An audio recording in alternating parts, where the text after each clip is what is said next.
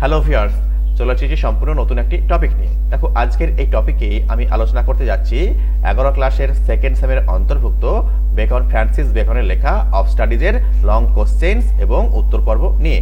আমরা প্রত্যেকেই জানি লং কোশ্চেনের মান থাকে 6 মার্কস, ঠিক আছে? তো চলো কথা না বাড়িয়ে আজকে গুরুত্বপূর্ণ প্রশ্নোত্তরগুলি এক এক করে আমরা দেখে নিই।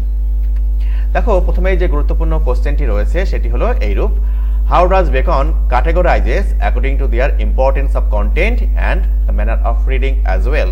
দেখো, বেকন কিভাবে ভাগ করেছেন, শ্রেণী বিভাগ করেছেন, ক্যাটেগরাইজ করেছেন according to their importance of content, কন্টেন্টের যে গুরুত্ব অনুযায়ী, ঠিক আছে, অ্যান্ড ম্যানার অফ রিডিং, এবং পড়ার যে ধরন অনুযায়ী, ঠিক আছে? দেখো, চলো দেখে নিই কোশ্চেনের আনসারটি।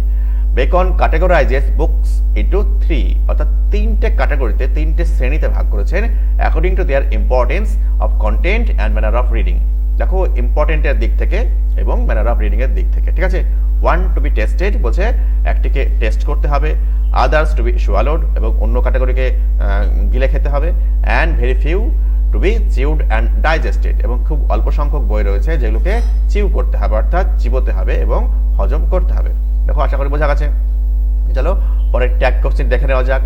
How does he further explain this, অর্থাৎ বেকন এটাকে আরো কিভাবে গভীরভাবে ব্যাখ্যা করেছেন, ঠিক আছে? তো চলো দেখে নেওয়া যাক।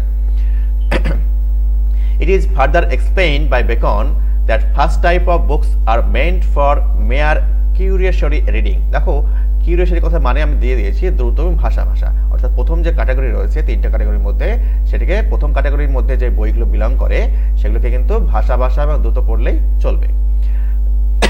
Such books may be read in parts and no minute reading is required. অর্থাৎ প্রথম ক্যাটাগরির যে বই, সেই বইগুলোকে দেখো বলছে কি পার্টে অর্থাৎ আংশিক পড়লেই হবে এবং কিন্তু কোনো পুঙ্খানুপুঙ্খ পড়ার প্রয়োজন নেই। দেখো, no minute reading is required, অর্থাৎ কোনো পুঙ্খানুপুঙ্খ রিডিং এর কিন্তু প্রয়োজন নেই।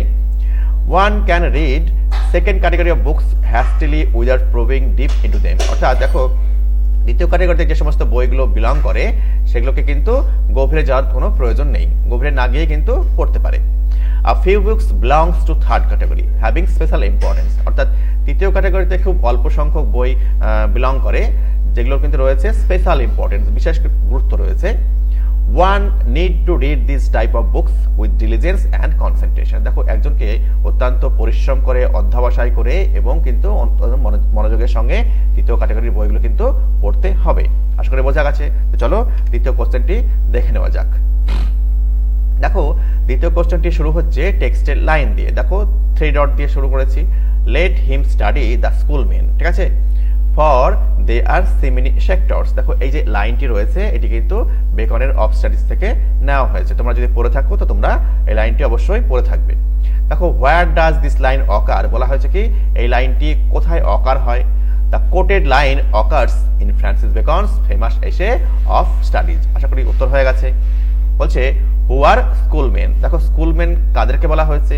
দেখো, middle aged philosophers and theologians are called schoolmen, ঠিক আছে? দেখো, মিডল এজেড যে ফিলোজফার এবং থিওলজিয়ানস ছিল তাদেরকে কিন্তু স্কুলম্যান বলা হয়েছে, ঠিক আছে? To explain and confirm various doctrines of Christianity they employed logic of Aristotle. দেখো, অ্যারিস্টটলের লজিক অর্থাৎ যুক্তি বা তর্ক এরা কিন্তু এমপ্লয় করেছিল কি করতে, না তো টু এক্সপ্লেন বর্ণনা করতে, এবং কনফার্ম ভেরিয়াস ডক্ট্রিনস অফ খ্রিস্টানিটি, এবং খ্রিস্টানিটির যে বিভিন্ন মতবাদ সেটাকে কিন্তু কনফার্ম করার জন্য। আশা করি বোঝা গেছে। হোয়াট ডাজ সেমিনি সেক্টরস মিন। দেখো, সেমিনি সেক্টরস বলতে কি বোঝানো হয়েছে? দেখো, সেমিনি সেক্টরস ল্যাটিন ফ্রেজ। সেমিনি সেক্টরস হচ্ছে একটা ল্যাটিন শব্দ, ল্যাটিন ফ্রেজ, ঠিক আছে? আমরা জানি ফ্রেজ হচ্ছে কতগুলো group of words having no finite verb, তাই তো? দেখো, সেমিনি সেক্টরস ল্যাটিন ফ্রেজ, একটা ল্যাটিন শব্দ, মিনস হেয়ার স্প্লিটার, অর্থাৎ চুলচেরা বিশ্লেষক।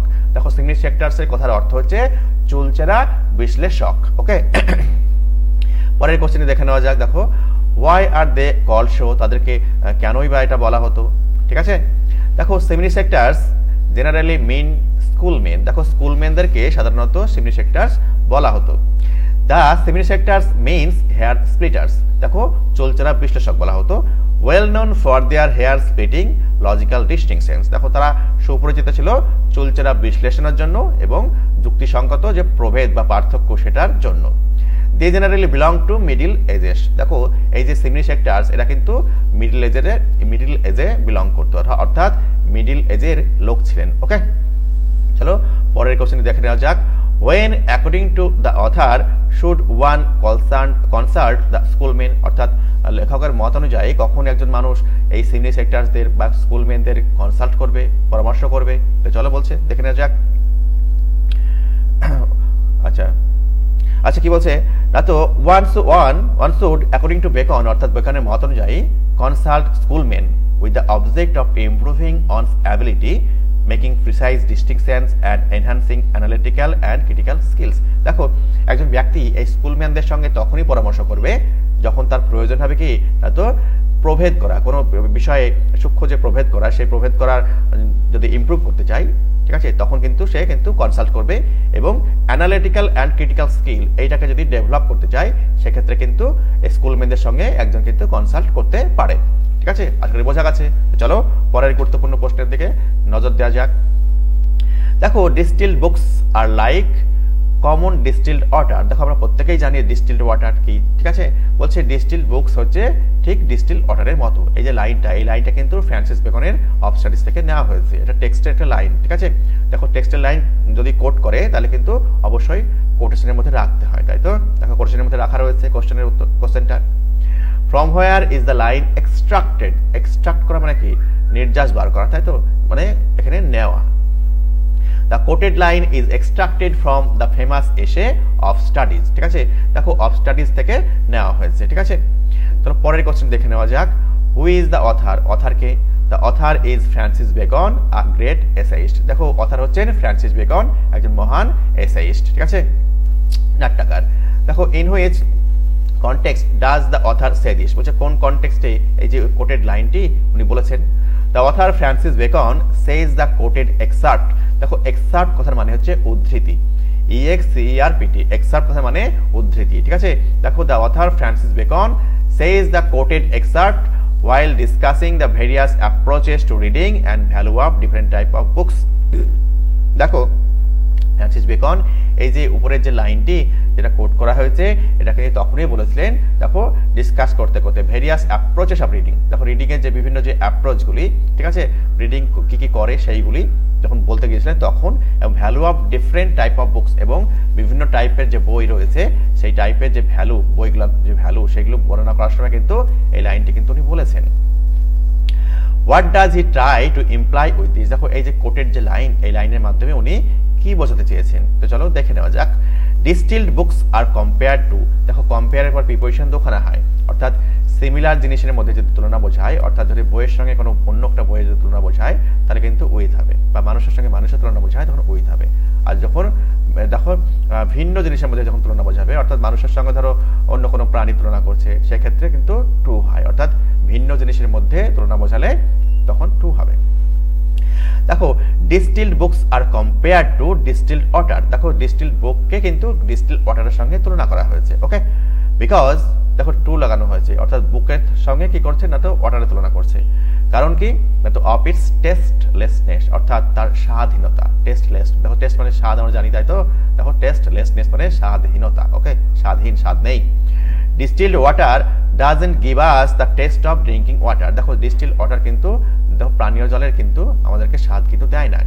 Similarly abridged or summarised books are insipid. Insipid মানে হচ্ছে স্বাদহীন। দেখো এই যে সংক্ষিপ্ত বা সামারাইজড যে বইগুলো রয়েছে সেগুলো কিন্তু আমাকে স্বাদ দিতে পারে না, and can not provide us the joy of reading, এবং পড়ার যে তোমার আনন্দ সেটাও কিন্তু দিতে পারে না। আশা করি বোঝা গেছে। তো চলো পরের গুরুত্বপূর্ণ প্রশ্নের দিকে আলোকপাত করা যাক। দেখো পরের যে গুরুত্বপূর্ণ কোশ্চেন সেটা কিন্তু এইরূপ শুরু হচ্ছে। How do reading, conference and writing influence on character? দেখো এই যে রিডিং এবং কনফারেন্স এবং রাইটিং এই যে তিনটে জিনিস, ঠিক আছে, কি করে একজনের চরিত্রে কিন্তু প্রভাবিত করছে চরিত্রকে। ঠিক আছে, চলো দেখে নেওয়া যাক। As far as Bacon is concerned, দেখো reading makes a full man, conference a ready man, and writing an exact man. দেখো বেকনের মত অনুযায়ী কি না, তো রিডিং কিন্তু কি করে মানুষকে এটা সম্পূর্ণ মানুষে রূপান্তরিত করে, এবং কনফারেন্স অর্থাৎ যে দেখো বৈঠক বা আলোচনা সভা, এটা কি করে আমাদেরকে একটা রেডি ম্যান করে দেয়। ঠিক আছে, রাইটিং অ্যান এক্সাক্ট ম্যান, এবং লেখা আমাদেরকে কিন্তু একদম এক্সাক্ট ম্যানে পরিণত করে। দেখো প্রপারলি স্পিকিং অর্থাৎ সঠিকভাবে বা উপযুক্তভাবে বলতে গেলে Bacon here means to say that reading makes one knowledgeable. দেখো রিডিং কি করে, একটা মানুষকে নলেজেবল করে। দেখো পড়ার মাধ্যমে, অর্থাৎ যদি কাউরির পড়ার হ্যাবিট থেকে থাকে সে কিন্তু অনেক নলেজ কিন্তু গ্যাদার করতে পারে, ঠিক আছে, রিডিং এর মাধ্যমে, ওর জন্য নলেজেবল বলা হয়েছে। Conference makes one ready to respond. দেখো একসাথে যখন আলোচনা সভা হয়, তখন কনফারেন্স যখন সভা হয়, তখন কিন্তু কি করে, একজনকে খুব তাড়াতাড়ি রেসপন্ড করার যে ক্যাপাবিলিটি সেটা কিন্তু অর্জন করতে সাহায্য করে। And writing makes one precise and clear, এবং লেখা কিন্তু মানুষকে কি করে, প্রিসাইজ এবং ক্লিয়ার অর্থাৎ টু দা পয়েন্ট লেখার যে ক্যাপাবিলিটি সেটা কিন্তু অর্জন করতে সাহায্য করে। আশা করি বোঝা গেছে। তো চলো পরের ট্যাগ কোশ্চেনটি আমরা দেখে নিই। How can one manage without them. দেখো কেমন করে একজন এগুলো ছাড়া নিজেকে ম্যানেজ করতে পারবে। According to beacon, if a man rights little, দেখো লিটল মানে একদমই কিছু না, যদি ধরো খুবই কম লেখার মানে অভ্যেস যদি থেকে থাকে কাউরির, he needs to have a great memory, তার কিন্তু মেমোরি অর্থাৎ স্মৃতিশক্তি কিন্তু ভালো থাকতে হবে। দেখো হি নিডস মানে প্রয়োজন, two have a great memory, তার কিন্তু স্মৃতিশক্তি ভালো থাকার প্রয়োজন আছে। ইফ হি টক্স লিটল, যদি খুব কম কথা বলে, he needs to have present wit and he needs to be very cunning to appear knowledgeable if he has the habit of reading little. দেখো কি বলছে, যদি কেউ কথা কম বলে তার কি উচিত, তার তো উপস্থিত বুদ্ধি কিন্তু থাকা কিন্তু অবশ্যই প্রয়োজন, এবং যেন মনে হয় সে কিন্তু খুব চালাক লোক, ধূর্ত লোক, এবং মনে হয় যেন খুব জ্ঞানী মানুষ, এমন ভাবে কিন্তু কথা বলতে হবে। দেখো কানিং কথা মানে কি, ধূর্ত, চালাক, ঠিক আছে, এবং টু অ্যাপিয়ার নলেজেবল, তাকে যদি অ্যাপিয়ার হতে হবে কি না, তো জ্ঞানী মানুষ হিসেবে। দেখো if he has the habit of reading little, যদি তার পড়ার অভ্যেস খুব কম থেকে থাকে তো। দেখো 5 নম্বর কোশ্চেনটি টেক্সটের লাইন দিয়ে শুরু হচ্ছে। দেখো অ্যাভেন্ট স্টুডিয়া ইন মোর্স, দেখো এটি হচ্ছে একটি ল্যাটিন ফ্রেজ, ঠিক আছে, যার মানে কি না, তো পড়াশুনো একজনের কিন্তু চরিত্র গঠনে সাহায্য করে। দেখো where does the line occur, চলো দেখে নেওয়া যাক এই প্রশ্নের উত্তরটা। The line occurs in Bacon's essay of studies. Okay, what does it mean, অর্থাৎ এই যে ফ্রেজ, ঠিক আছে, এই ফ্রেজের মাধ্যমে কি বোঝানো হয়েছে। The quoted phrase suggest studies pass into character, অর্থাৎ দেখো পড়াশোনা কি করে, একজনের চরিত্র কিন্তু গঠনে সাহায্য করে, ঠিক আছে। How does beacon illustrate this, দেখো এটাকে অর্থাৎ এই যে ফ্রেজ, ঠিক আছে, এই ফ্রেজটাকে কিভাবে উনি ব্যাখ্যা করেছেন। দেখো by the quoted phrase Bacon explicitly describe, দেখো এক্সপ্লিসিট কথার মানে হচ্ছে স্পষ্টভাবে, দেখো স্পষ্টভাবে বর্ণনা করেছিলেন কি না, তো how the study of various subjects মোল্ডস on character and personality. দেখো ভিন্ন যে বিষয়ে স্টাডি করে একজন কিন্তু একজনের চরিত্র গঠন করতে এবং পার্সোনালিটি গঠন করতে কিন্তু পারে, ঠিক আছে, মোল্ড করতে পারে, গঠন করতে পারে, ঠিক আছে। যেমন কি ছাঁচ দিয়ে রূপ দেওয়া হয়, তাই তো, কোনো কিছুকে মূর্তিকে রূপ দেওয়া হয় ছাঁচে, ঠিক মোল্ড করতে পারে। Reading history generates wisdom in a man, দেখো ইতিহাস পড়ে কিন্তু একজন জ্ঞানী হতে পারে। পোয়েট্রি মেক্স ওয়ান উইটি, কবিতা পড়ে কিন্তু বুদ্ধিমান হতে পারে। Mathematics generates the ability to make subtle observation, দেখো অঙ্ক কি করে, মানুষকে কিন্তু সূক্ষ্ম যে পর্যবেক্ষণ, সেই পর্যবেক্ষণ করতে কিন্তু সাহায্য করে। দেখো on the other hand natural philosophy or natural science generates depth, কি বলছে, এত অন্যদিকে কি বলছে না, তো প্রাকৃতিক যে দর্শন এবং প্রাকৃতিক যে বিজ্ঞান সেটা কিন্তু মানুষের মধ্যে গভীরতা সৃষ্টি করে। মোরালিটি ইনফিউজেস ডিগনিটি, দেখো জেনারেটস ডেপথ, মোরালিটি ইনফিউজেস ডিগনিটি, দেখো এইগুলো কিন্তু করে, ঠিক আছে, ডেপথ করে এবং নৈতিকতা করে, এবং দেখো ডিগনিটি, ঠিক আছে, যে সম্মান, ঠিক আছে, যে পদমর্যাদা সেগুলো কিন্তু বৃদ্ধি করে। Okay, logic and rhetoric makes a man able to content, দেখো লজিক এবং রেটরিক মানুষের মধ্যে যে তোমার প্রতিদ্বন্দ্বিতা করার যে সক্ষমতা সেটা কিন্তু বৃদ্ধি করে। If one is unable to distinction he should study the schoolmen, দেখো একজন যদি কোনো কিছু সম্পর্কে প্রভেদ করতে ব্যর্থ হয় তাহলে কিন্তু কি স্কুলমেনদের কিন্তু তাত্ত্বিক যে বই সেগুলো কিন্তু পড়া উচিত, ঠিক আছে। দেখো বেকন এটা কিন্তু এর মাধ্যমে বোঝাতে চেয়েছে। চলো পরের গুরুত্বপূর্ণ প্রশ্ন উত্তর দেখে নেওয়া যাক। নে, দেখো নে হচ্ছে নেগেটিভ শব্দ, না। There is no stand or impediment in the wit, but may be wrought out by the fit studies. Like as diseases of body may have appropriate exercise. কি বলছে, এমন কোনো বাধা নেই বা প্রতিবন্ধকতা নেই, ইম্পেডিমেন্ট মানে হচ্ছে প্রতিবন্ধকতা বা বাধা, যেটা পড়ার মাধ্যমে দূর করা সম্ভব নয়। যেমন কি দেখো বিভিন্ন যে ফিজিক্যাল এক্সারসাইজ করে আমাদের শরীরে যে সমস্ত ডিজিজ রয়েছে সেগুলো কিন্তু দূর করা সম্ভব। ঠিক আছে, দেখো বলছে হু ইজ দ্য স্পিকার। এই যে টেক্সটের লাইন, এটা কিন্তু টেক্সট থেকে নেওয়া হয়েছে। বলছে এই টেক্সটের লাইনের স্পিকারকে, ঠিক আছে, হু ইজ দ্য স্পিকার, বক্তাকে। The speaker is Francis Bacon, the great essayist. দেখো স্পিকার হচ্ছেন এখানে ফ্রান্সিস বেকন, মহান নাট্যকার। ওকে, আশা করি বোঝা গেছে।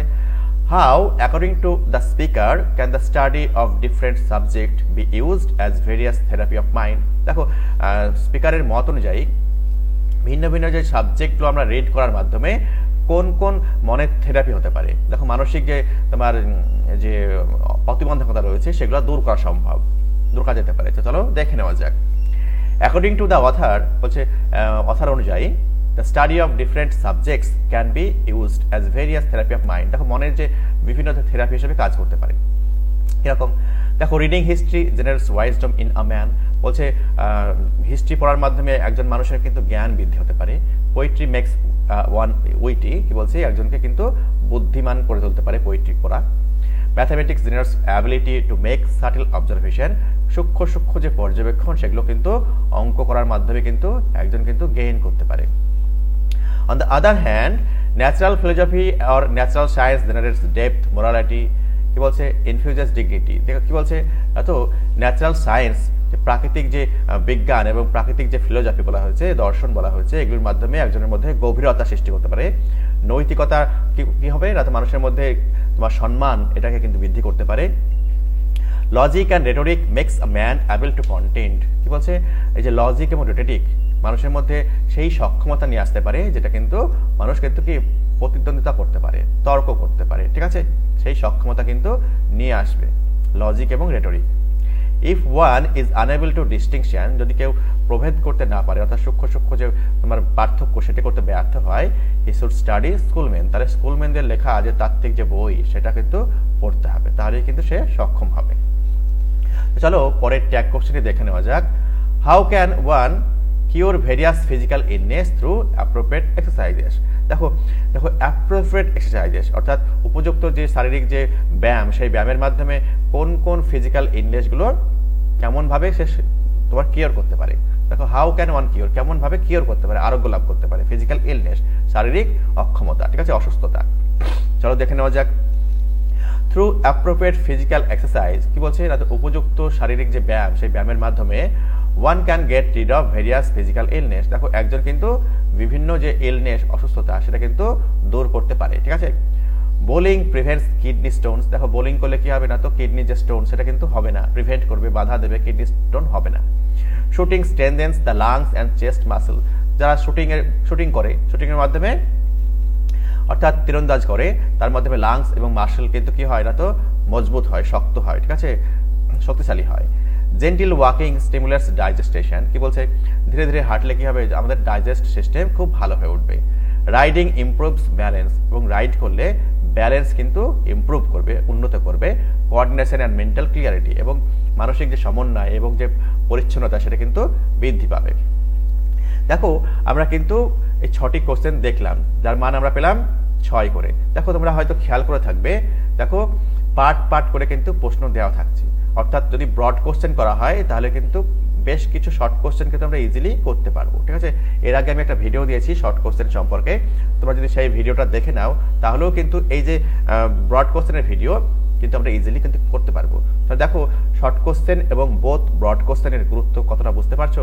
দেখো পার্ট পার্ট করে রয়েছে, অর্থাৎ কিন্তু দেখো ছোট ছোট ছোট কোশ্চেন রয়েছে, এখান থেকে কিন্তু আমরা শর্ট কোশ্চেনেরও কিন্তু ক্যাপাবিলিটি কিন্তু অর্জন করতে পারছি। ঠিক আছে, দেখো এই ভিডিওটা তোমরা বারবার পজ করে করে দেখে নাও এবং খাতায় নোট ডাউন করে নাও, ঠিক আছে, এবং রেডি করে নাও। দেখো এর বাইরে পরীক্ষায় কিন্তু আর কোনো প্রশ্ন দেবে না, আমি 100% তোমাদেরকে শিওর দিচ্ছি, এর বাইরে আর কোনো প্রশ্ন আসবে না। ঠিক আছে, তোমাদের যদি ভিডিওটা ভালো লেগে থাকে লাইক দিও এবং চ্যানেলটিকে সাবস্ক্রাইব করে পাশে থেকো। ভালো থেকো, সুস্থ থেকো।